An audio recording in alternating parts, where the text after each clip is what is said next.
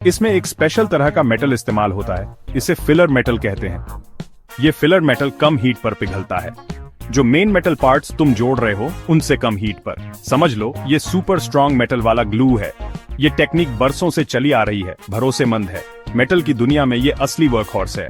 तो ये filler metal ही show का स्टार है। ये बस इनफ गर्म होता है और फिर पिघल जाता है। फिर ये छोटे छोटे स्पेसेस में स्मूथली बह जाता है। जब ये ठंडा होता है तो हार्ड और सॉलिड हो जाता है। इसी से एक सुपर स्ट्रॉन्ग बॉन्ड बनता है। अब असली कूल बात यह है, ध्यान से सुनो। जिन मेन मेटल पीसेस पर तुम काम कर रहे हो वो पिघलते नहीं है, वो बस इतने गर्म होते हैं कि फिलर अपना काम कर सके। ये बहुत बड़ी बात है, मेरा यकीन करो। इससे ओरिजिनल पार्ट्स सही सलामत रहते हैं।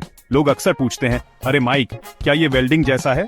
हाँ भी और नहीं भी, ये पक्का डिफरेंट है। वेल्डिंग में नॉर्मली बेस मेटल्स पिघल जाते हैं, वो एक साथ फ्यूज हो जाते हैं, एक सॉलिड पीस बन जाते हैं, जैसे वहां full on metal melt down party चल रही हो।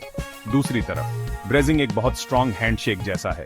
बेस मेटल्स वैसे के वैसे ही रहते हैं, सिर्फ वो स्पेशल फिलर मेटल पिघलता है। ये चीजों को जोड़ने का ज्यादातर जेंटलर तरीका है। पेरेंट मेटल्स के लिए कम ड्रामा और स्ट्रेस, समझे? तो तुम कभी कभी वेल्डिंग की जगह ब्रेजिंग क्यों चुनोगे? ये अच्छा सवाल है और इसके अच्छे जवाब भी हैं। ब्रेजिंग के अपने फायदे हैं, समझे? तुम असल में अलग अलग तरह के मेटल्स को एक साथ जोड़ सकते हो, जैसे कॉपर को स्टील से जोड़ने की कोशिश करना। ब्रेजिंग ऐसे ऑड कपल्स को काफी अच्छे से हैंडल करता है। प्लस जो जॉइंट्स मिलते हैं वो अक्सर ज्यादा स्मूदर होते हैं, वो ज्यादातर नीटर होते हैं, कम क्लीन अप की जरूरत पड़ती है। मतलब बाद में कम ग्राइंडिंग और फिनिशिंग का काम। और कौन नहीं चाहता कि थोड़ी मेहनत और टाइम बचे, है ना? तो तुम्हारे मेटल पार्ट्स एकदम चमक रहे हैं, वो परफेक्टली लाइंड अप हैं, सही गैप के साथ। अब बारी है सीक्रेट सॉस की, फ्लक्स। ये चीज तुम्हारे मेटल के लिए एक मैजिकल शील्ड जैसा है। जब मेटल गर्म होता है तो वो थोड़ा चिड़चिड़ा हो सकता है। वो हवा में ऑक्सीजन के साथ रिएक्ट करना चाहता है। इस रिएक्शन से ऑक्साइड्स नाम की एक गंदी चीज बनती है। और फ्लक्स एक जेन्युइन मल्टीटास्कर है।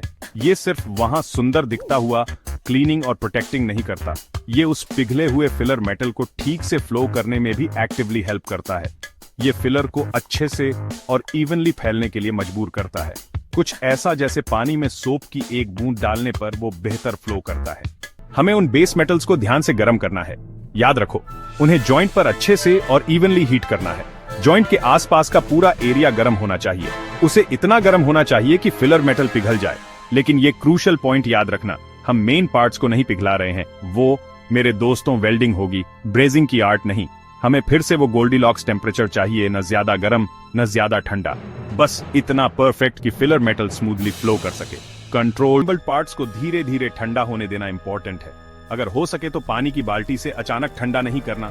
जैसे जैसे ये ठंडा होता है वो पिघला हुआ फिलर मेटल फिर से सॉलिड और हार्ड हो जाता है।